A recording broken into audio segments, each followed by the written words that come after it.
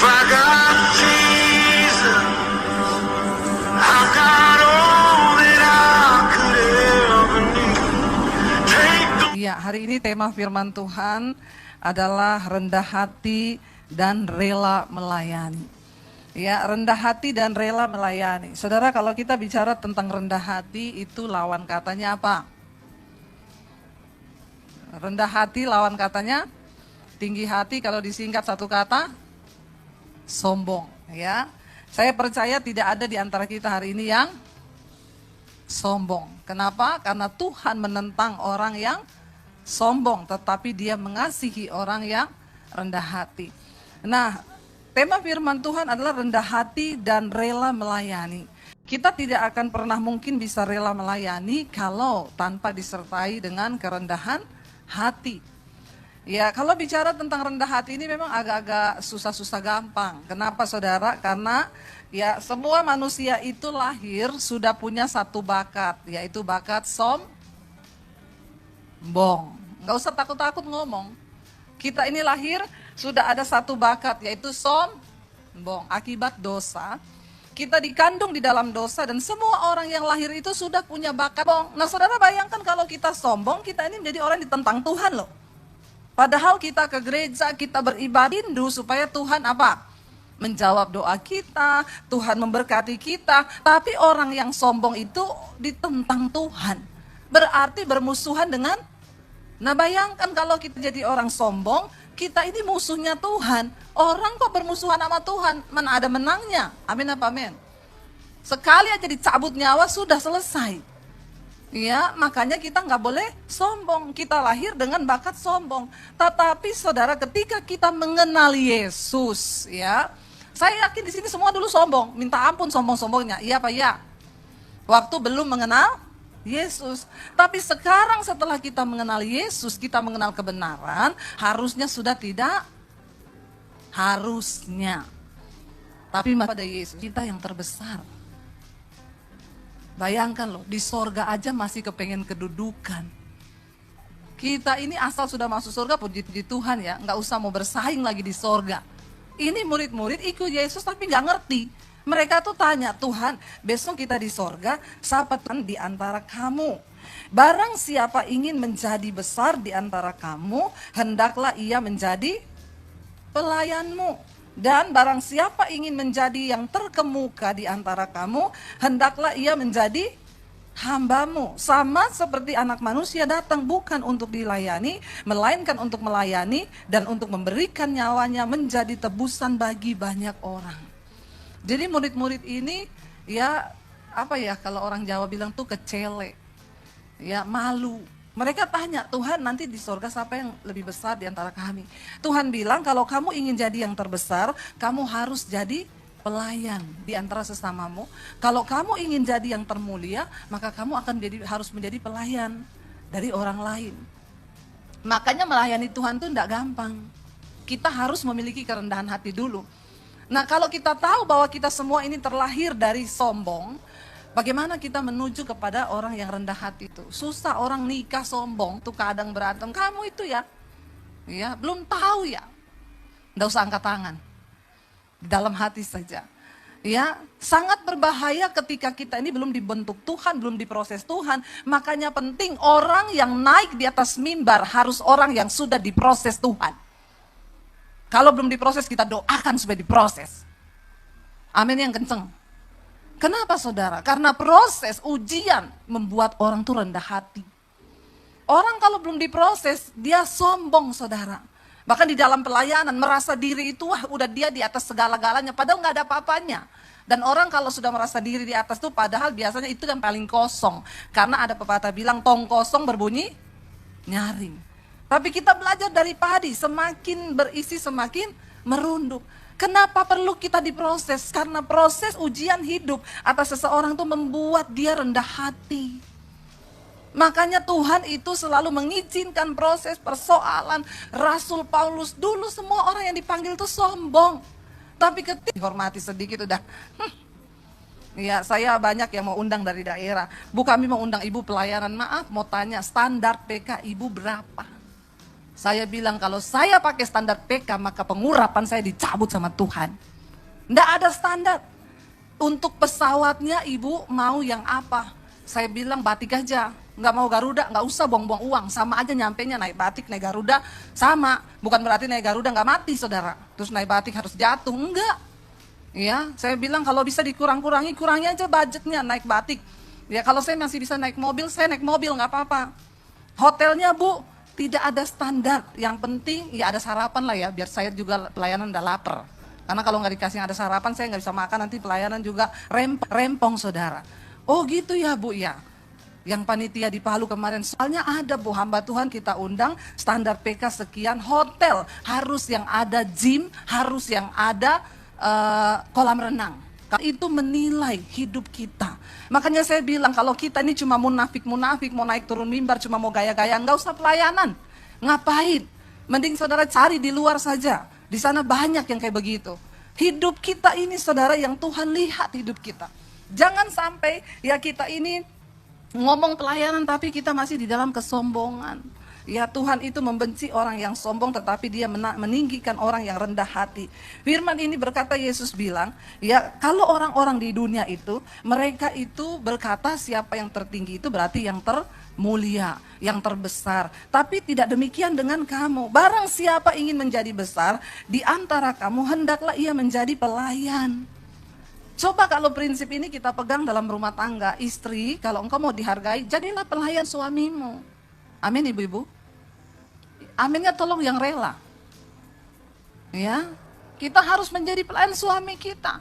Kalau suami juga berpikiran begitu, supaya saya ini dihormati, ya saya juga harus menjadi pelayan istriku. Kalau semua merendahkan hati, merendahkan diri, sama-sama jadi pelayan, siapa yang berantem coba? Enak kan saudara? Kita bicara pelayanan gak usah muluk-muluk dulu naik di atas mimbar melayani Tuhan. Di dalam keluarga itu pelayanan yang pertama kita saudara. Bagaimana Tuhan melihat kita ini rendah hati atau tidak. Nggak usah eyel-eyelan ya. Kalaupun istri misalnya tidak mau melakukan suatu hal, suami yang rendah hati lakukan saja tanpa bersungut-sungut. Demikian juga istri, kita melakukan sesuatu tanpa bersungut-sungut dengan rendah hati. Karena Yesus bilang, siapa yang paling tinggi, dialah yang mau menjadi pelayan. Ya. Saya pelayanan di satu kota, ada yang bilang, Bu, pernah ada pendeta kita undang, kita telat jemput 15 menit. Dia beli tiket lagi pulang ke Jakarta loh. Untung pesawatnya enggak jatuh, saudara. Ya, kita harus memiliki kerendahan hati. Karena seorang hamba pelayan Tuhan itu hamba. Makanya kalau orang enggak siap, bahaya saudara. Ya, kita ditegur dikit marah, kita ditegur dikit ngambek. Mari kita berdoa supaya kita semua melayani Tuhan dimulai dari keluarga dulu. Kita menjadi orang-orang yang melayani Tuhan. Yang pertama dibentuk dulu kerendahan hati kita. Ya istri kalau ditegur suami, kita dengar suami juga ditegur istri. Ayo saling menasehati. Itu bentuk kerendahan hati. Yesus bilang, kenapa kita harus melayani? Karena Tuhan lebih dulu melayani kita. Mari hari-hari ini panggilan ini datang bagi setiap kita untuk melayani Tuhan. Saudara, arti hidup kita yang sesungguhnya ini bukan untuk kita nikmati saja. Banyak orang berpikir, ya nih hidup itu artinya apa ya? Kita menikmati. Saya bisa beli barang-barang mahal yang saya pengen. Saya bisa ya tunjukkan kepada orang bahwa saya bisa pakai yang mahal. Saya bisa pamer, bertobat. Kita berdoa supaya Tuhan itu memberikan kita kerendahan hati. Tuhan, apa arti hidupku hari ini? Kita dipanggil, diselamatkan supaya kita melayani Tuhan. Lalu mungkin saudara bertanya, melayani seperti apa Bu? Berarti saya harus masuk sekolah Alkitab nih, jadi pendeta. Enggak, ada begitu banyak hal yang bisa kita lakukan. Coba kita berbaca bersama, ya 1 Petrus pasal yang keempat. Kita akan lihat saudara. Ya 1 Petrus pasal yang keempat, ini kita baca satu perikop aja karena cuma sedikit ya. 1 Petrus 4 ayat 7 sampai ayat yang ke-11 ini perikopnya biar kita tahu ya. Kelanjutannya apa di sana dikatakan. Kita lihat bersama 1 Petrus pasal 4 ayat 7 mulai, firman Tuhan berkata, kesudahan segala sesuatu sudah dekat. Karena itu kuasailah dirimu dan jadilah tenang. Supaya apa? Supaya kamu dapat berdoa. Tetapi yang terutama dikatakan di sana ialah apa? Kasihilah sungguh-sungguh seorang akan yang lain. Sebab kasih menutupi banyak sekali dosa. Lalu berikutnya dikatakan apa? Berilah tumpangan seorang lain sesuai dengan karunia yang telah diperoleh tiap-tiap orang sebagai pengurus yang baik dari kasih karunia Allah. Jika ada orang yang berbicara, baiklah apa? Ia berbicara firman Allah. Jika ada orang yang melayani, baiklah ia melakukannya dengan kekuatan yang dianugerahkan Allah, supaya Allah dimuliakan dalam Kristus, ialah yang kuasa sampai selama-lamanya. Ayat ini berkata, mari kita layani seorang akan yang lain. Kita berawal dari mana? Dari rumah tangga. Kita belajar suami melayani istri, istri melayani suami. Ya, karena ada ayatnya, hai istri tunduklah kepada suamimu seperti yang kau tunduk kepada Tuhan. Hai suami, kasihilah istrimu seperti yang kau mengasihi dirimu sendiri. Jadi kita diajar oleh firman Tuhan, pertama kali pelayanan itu di dalam keluarga dulu. Ya, jangan kepengen pergi ke Bangkok pelayanan, ke mana lagi, Amerika pelayanan, padahal di rumah sendiri tidak menunjukkan bagaimana dia hidup melayani. Kita belajar saudara, kerendahan hati itu dilihatkan dari cara bagaimana kita melayani. Anak-anak muda di sini, di rumah ya, walaupun juga engkau punya pembantu, nggak usah disuruh-suruh pembantu. Kalau engkau bisa lakukan dengan tanganmu sendiri, lakukan dengan tanganmu sendiri, lakukanlah itu. Kenapa? Karena setiap orang yang berbuat baik, kalau engkau berbuat baik bagi dirimu sendiri aja, itu sudah puji Tuhan, haleluya loh, karena engkau akan menuainya. Nah bingung kan kalau kita bagi diri kita sendiri aja suruh-suruh orang. Ya kalau kita masih bisa lakukan dengan tangan kita, ayo kita lakukan dengan tangan kita. Ya supaya, ya terima kasih Bu tisunya ya, karena saya tuh kena AC langsung ini. Jadi saudara kita belajar ya, di sini dikatakan firman Tuhan, layanilah seorang akan yang lain ya, sebagaimana kita ini diberikan karunia oleh Tuhan. Setiap kita punya karunia yang berbeda-beda, firman Tuhan katakan ya, sebagai pengurus yang sudah dipilih oleh Tuhan di dalam kasih karunia. Jangan bersungut-sungut. Orang yang rendah hati itu gak mudah bersungut-sungut. Kita berdoa saudara supaya kita ini dipakai oleh Tuhan ya, menjadi orang-orang yang mau melayani Tuhan. Kita lihat ketika kita berdosa, Tuhan itu mati bagi kita. Yesus datang ke dalam dunia, dia sudah membuktikan kerendahan hati dan memberikan teladan bagi kita. Tidak ada di antara kita hari ini yang sekalipun miskin. Saya dulu, sebelum ya, saya ketika masuk dalam pelayanan, saya terus berkekurangan. Ketika kami menikah pun, anak saya itu pernah minum ya air masak nasi karena nggak ada susu. Saya kasih, kalau orang Jawa bilang tuh tajin, ya air tajin tuh saya pernah kasih buat anak saya. Tapi semiskin-miskinnya saya ini melahirkan anak tuh di rumah sakit, nggak ada yang di kandang sapi. Bener nggak? Yesus yang punya sorga, yang punya kemuliaan, yang punya segala-galanya, dia bisa memilih untuk lahir di hotel termewah saat itu, di penginapan yang termewah. Tapi kenapa diberikan teladan? Dia yang empunya sorga, dia yang empunya bumi, dia lahir di kandang yang hina. Harusnya ini semua menemplak kita saudara. Ya, kita belajar kerendahan hati dari Tuhan. Kenapa Yesus melakukan itu? Untuk memberikan teladan kepada kita. Jadi orang itu tidak usah sombong. Kita belajar dari Tuhan kerendahan hati. Ya kenapa? Karena Alkitab berkata, orang yang rendah hati itu akan ditinggikan. Amsal 18 ayat 12 berkata, Amsal 18 ayat 12 berkata demikian. Tinggi hati mendahului kehancuran, tetapi kerendahan hati mendahului kehormatan. Siapa yang mau dihormati? Kita semua pasti mau. Namanya manusia itu pasti mau dihormati. Tetapi saudara, ya ingat, tinggi hati mendahului kehancuran, tapi kerendahan hati itu mendahului kehormatan. Kalau kita mau dihormati, maka kita harus belajar hidup dengan rendah hati. Orang tua, kita belajar juga hari-hari ini untuk membesarkan anak-anak, jangan di dalam kesombongan. Ya, apalagi ya hari-hari ini, di mana dunia memandang penghargaan seseorang itu dari barang yang dia pakai. Tuhan tidak melihat itu semua. Kita ajarkan kepada anak-anak kita untuk mereka itu belajar hidup dengan rendah hati. Sebab Tuhan menentang orang yang sombong. Saya ingat anak saya tuh waktu mau masuk SMP, saya bilang kamu cari SMP negeri. ya untuk kamu bisa sekolah di negeri. Lalu dia bilang, kenapa mam? Enggak apa-apa, kamu masuk ke negeri. Ya karena saya bilang, ya bukan soal sekolah yang mahal yang membuat anak kita rendah hati. Malah beberapa saudara yang sekolah di sekolah-sekolah tinggi, sekolah-sekolah internasional, mereka bersaing. Sampai ada satu ibu cerita ke saya, ada satu murid di sekolah, ya sekolah orang-orang kaya. Ya dia punya uang sekolah, uang siswa dia bawa 6 juta hilang di tas. Hilang sama tas-tasnya. Jadi gurunya itu ngomong, ya jadi sekarang bagaimana kamu kenapa nggak hati-hati, itu kan bawa uang siswa, akhirnya sekarang hilang gimana? Dia jawab gurunya apa? Hello, ibu tahu harga tas saya itu berapa? 10 kali lipat daripada itu uang yang hilang. Coba saudara, ini anak SMP model kayak gini, kalau saya tampar bener. Kenapa bisa begini? Orang tua yang salah. Anak-anak belum ada penghasilan, gak usah dibeliin barang-barang brand. Kalau dia besar gak ada kerja, makanya banyak yang jadi pelakor dan wanita simpenan. Bahkan dari orang gereja. Saya melayani banyak ibu-ibu. Ibu, suami saya punya selingkuhan. Itu perempuan dia simpan. Dan ibu tahu itu perempuan singers di gereja. Karakternya bahaya. Dari kecil saudara sudah biasakan dengan hal dari kecil. Karena mereka sudah terbiasa dengan fasilitas mewah. Yang dicukupi oleh orang tuanya. Saya hari ini bisa membelikan anak saya barang-barang mewah. Tapi saya tidak melakukan itu. Kenapa? Saya bilang kamu belum kerja. Kamu gak ada duit. Kamu pakai apa yang bisa kamu beli. Gak apa-apa beli barang yang murah. Karena harga diri kita bukan ditentukan dari apa yang kita pakai.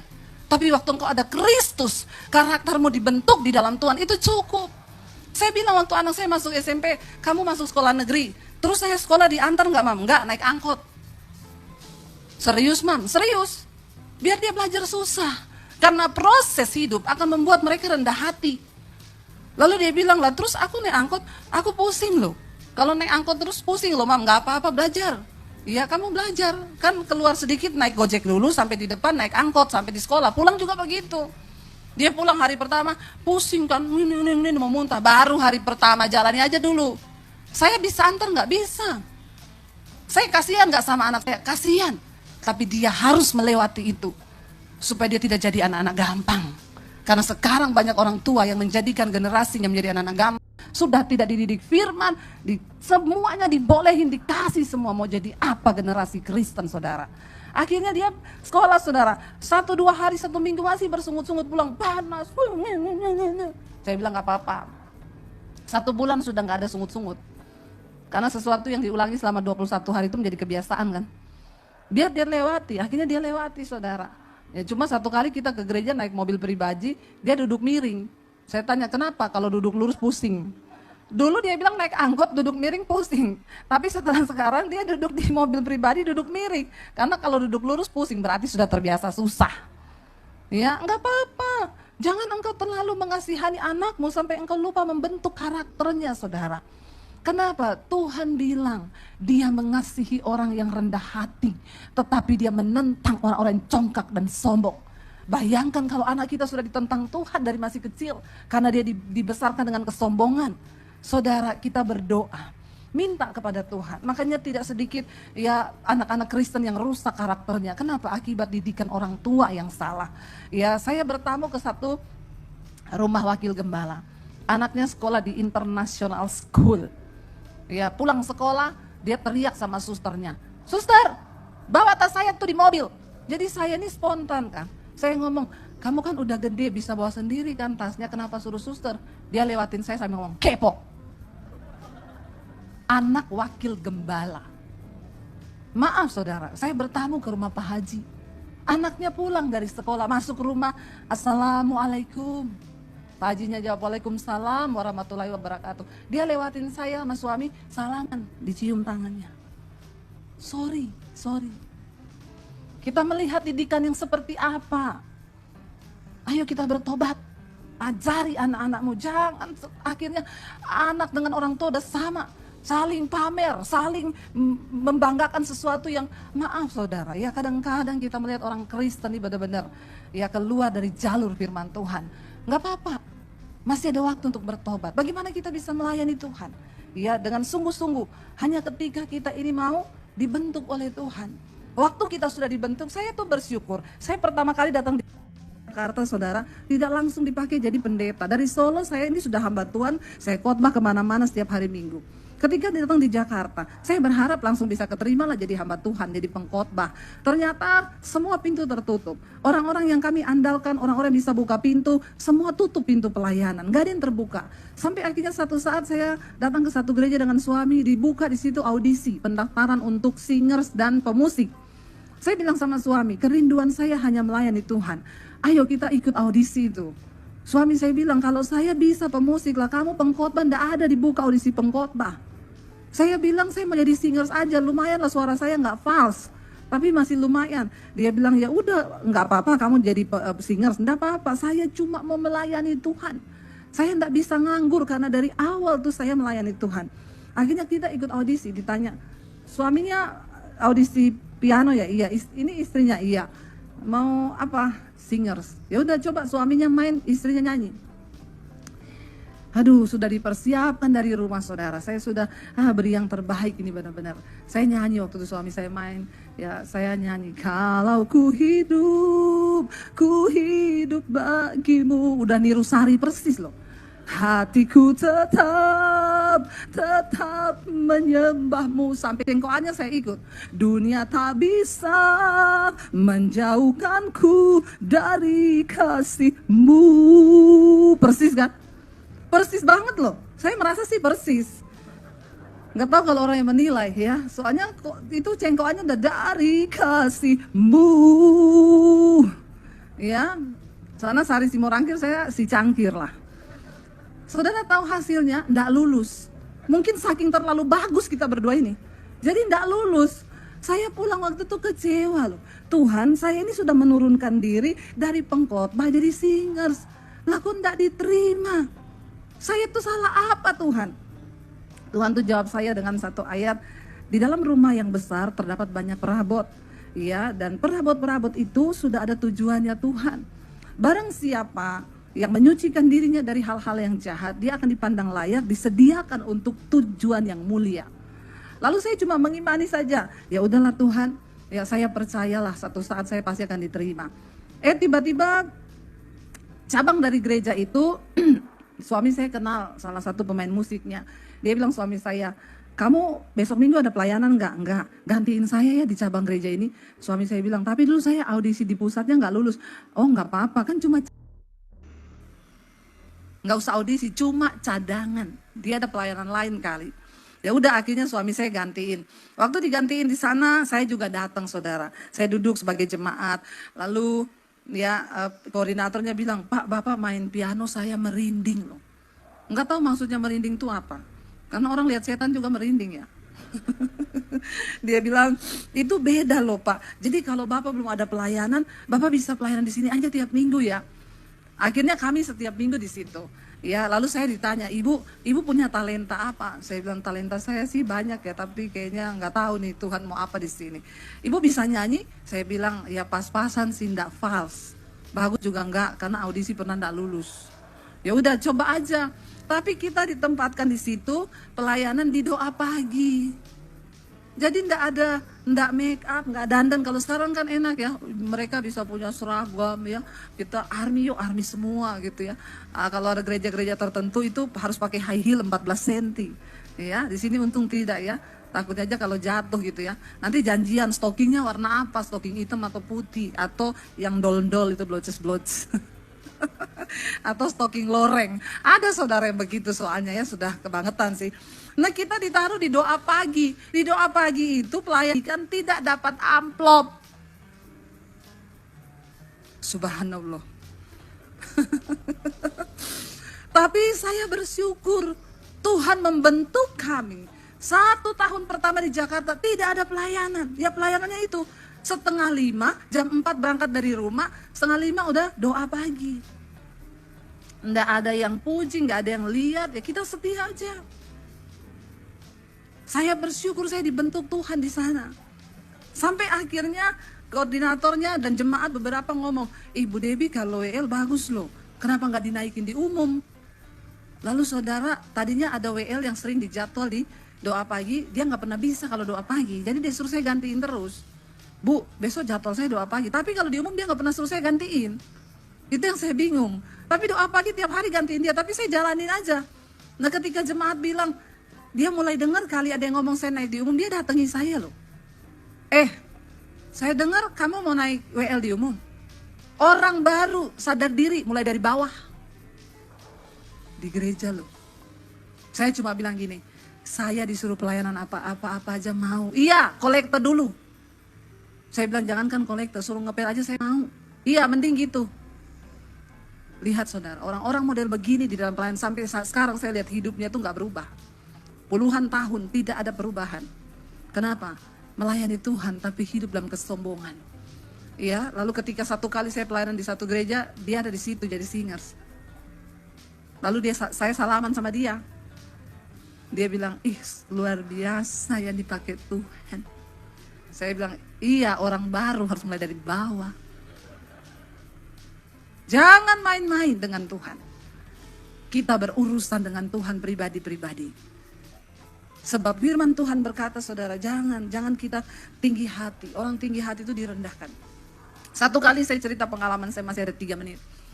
Saya diundang pelayanan ke satu daerah, saudara, ya. Itu saya beli tiket, sudah salah beli tiket. Suami saya pesan tiket, salah. Mereka bilang, ibu beli tiket dulu aja. Saya salah beli tiket, jadi saya harus ganti sendiri. Karena saya yang salah beli tiket. Akhirnya beli, jadi saya sudah tekor dulu dari tiket. Sampai di sana, ya, saya datang hari Minggu. Ibadahnya mereka jam 11, saya terbang. Sampai di sana jam 9, saudara. Saya ambil pesawat pagi jam 7. Sampai di sana jam 9, saya WA.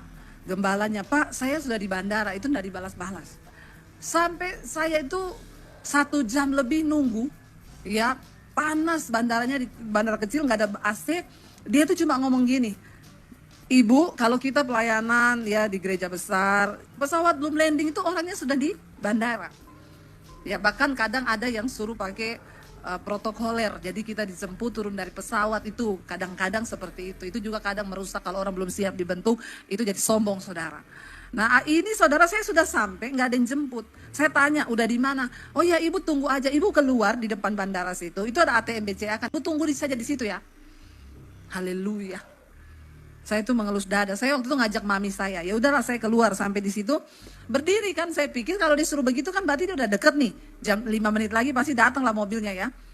Saya tunggu nggak datang-datang. Setengah jam panas saudara. Udah gitu saya udah pakai jas ini. Ini orangnya mana Pak? Di mana ya Pak? Masih di jalan Bu, tunggu aja Bu. Udah deket. Nah deketnya orang kampung itu kan gunung aja dia bilang deket karena kelihatan. Itu deket loh Bu gunung itu. Saya nunggu di situ lama, saya berdiri. Akhirnya dia datang. Dia datang saudara, dia nggak turun dari mobil. Dia berhenti di depan ATM itu, dia buka kaca. Bu Debbie Basir ya? Saya bilang iya Pak. Naik Bu, dia nggak angketin koper saya, koper mami saya. Dia duduk manis. Nah kita ini biasa, dilayani itu sedemikian rupa sampai ya rasa-rasanya kita pun mau digendong. Nggak usah bawa apa-apa, bahkan kita kadang mau digendong saudara. Terlalu alay lebay juga.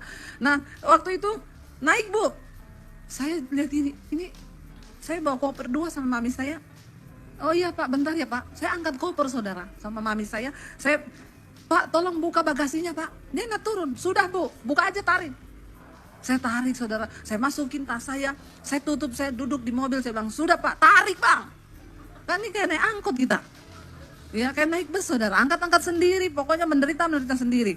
Kita datang saudara, ya yang jemput itu sudah, Bu ini gerejanya ya, sebentar saya pergi ya, dia pergi, dia tinggalin saya di depan gereja. Saya bilang mami saya, lah ini kita masuk kemana, pintunya di mana? Dan di depan belum dibuka. Saya cari-cari jalan sendiri saudara. Akhirnya di samping itu ada pintu kecil. Mami saya bilang, kok begini amat ya orangnya ya? Yang ngerti aja lah mungkin ya begitulah ya. Ya udah kita duduk saudara. Udah sampai di situ kita duduk. Saya itu waktu itu nanya, saya ini ajak 1 orang. Kalau tidak memberatkan, biasa sama suami, tapi ini sama mami saya. Tiketnya bagaimana? Oh enggak masalah Bu, nanti kami ganti, ibu beli saja. Saya sudah kehilangan tiket PP salah jurusan. Ya sudahlah nggak apa-apa. Begitu saya duduk,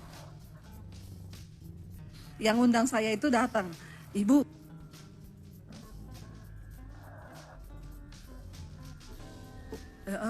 maaf Bu, dari gereja ternyata saya diomongin cuma 1 tiket yang bisa kita ganti. Tiket 1 enggak. Dalam hati saya ini orang ngomong kayak setelah khotbah. Ini dia ngomong sebelum khotbah. Saya ini kan menjaga hati, saudara ya. Orang mau khotbah itu harus tenang, pikirannya tenang, hidup dalam kekudusan, hatinya kudus, pikiran kudus. Ini dia datang ngomong begitu. Yang tadinya saya mau khotbah berkat kan bisa jadi kutuk. Terkutuklah kau. Kan sesuai suasana hati kan. Dalam hati saya, aduh saya itu udah ngelus dada, oh kok gitu ya. Kan tadinya kamu ngomong bisa diganti. Iya Bu, jadi gereja kita cuma bisa bayar 1 orang saja. Dalam hati saya udah menggeh hitung yang saya rugi bayar tiket yang salah. Terus dia kayak begini lagi. Udah gitu dia yang WL, saudara. Jadi saya itu menatap mukanya. Dan dia tuh nyanyi, semua baik, semua dalam hati saya baik, apa baik. Ya, itu ini loh, kerendahan hati itu diproses. Udah selesai khotbah, ayo Bu kita habis makan siang, kita antar ibu ke hotel ya. Bukan hotel, losmen. Saya masuk, tempat tidurnya satu yang kecil. Dia kan tahu saya datang berdua. Lah terus mami saya tidur di mana? Cuma pas buat 1 orang. Jadi dia sudah pergi, saudara. Saya ke hotel tuh saya tanya, Mbak dia nggak kasih extra bed ya? Udah Mbak saya pesan extra bed ya. Waktu saya pesan gitu, suara di hati saya ngomong, bayar extra bednya sendiri. Terus saya tanya, berarti mereka juga belum bayar extra bed? Oh enggak ada pesanan. Ya udah saya bayar extra bednya aja, berapa Mbak? Sekian saya bayar. Tiba-tiba suara lagi ngomong, sekalian bayar kamar hotelnya. Saya tengking tuh suara, dalam nama Yesus. Ini saya sudah kehilangan uang tiket, udah gitu dia juga nggak ganti punya mami saya. Jadi 6 tiket nih saya angus nih, uang saya hilang. Terus bayar itu kamar hotelnya. Saya gelisah, saya belum bayar saudara, saya bayar extra bednya aja, saya balik ke kamar. Waktu sudah siap-siap mau ibadah sore, saya bilang sama mami saya, Mam, masa saya dapat suara kayak begini Mam, udah mereka nggak bayar lagi tiketnya mami. Mami saya ngomongnya apa? Kalau Tuhan yang ngomong, lakukan loh. Waduh, ini peneguhan kan. Saya mampirlah ke resepsionis, Mbak saya bayar 2 malam berapa sekian, saya bayar, udah jangan ditagih ya. Oke, saya datang saudara. Lagi siap-siap di hotel, udah, ayo Mam kita ibadah yang sore Mam. Mau jalan, ada suara di hati ngomong gini, nanti kalau kamu dikasih PK, balikin itu PK-nya. Wah saya tengking langsung, dalam nama Yesus. Bahasa roh, ini pasti kedagingan saya ngomong, ini bukan dari Tuhan ini. Saya udah rugi banyak ini Tuhan, jangan bercanda. Saya nggak mau dengar itu suara. Dan saya udah gak mau ngomong ke mami saya, karena dia mau bilang lagi, kalau Tuhan yang suruh. Saudara ketawa, saya nyesek. Akhirnya saya pelayanan. Itu mengganggu di hati sepanjang khotbah. Habis ini balikin persembahannya. Tapi Tuhan tidak berbicara di sini loh Pak.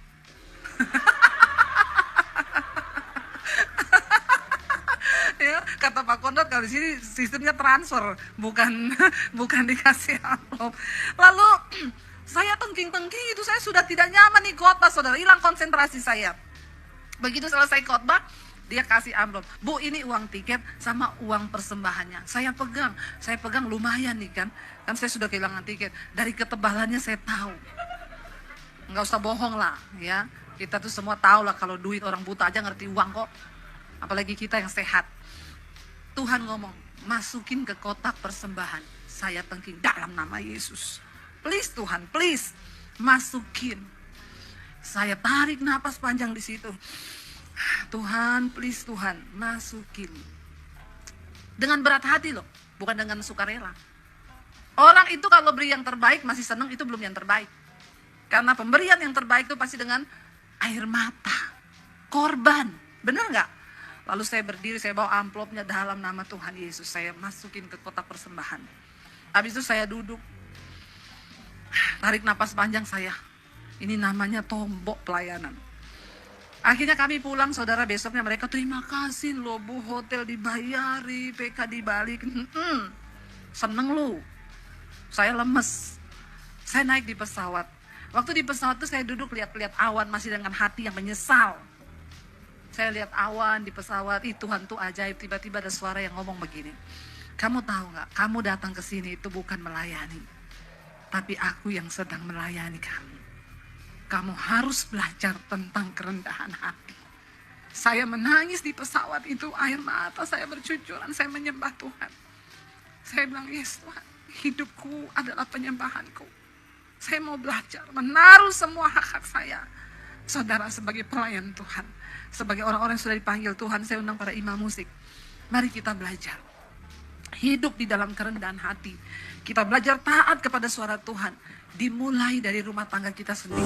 If I got Jesus, I got all that I could ever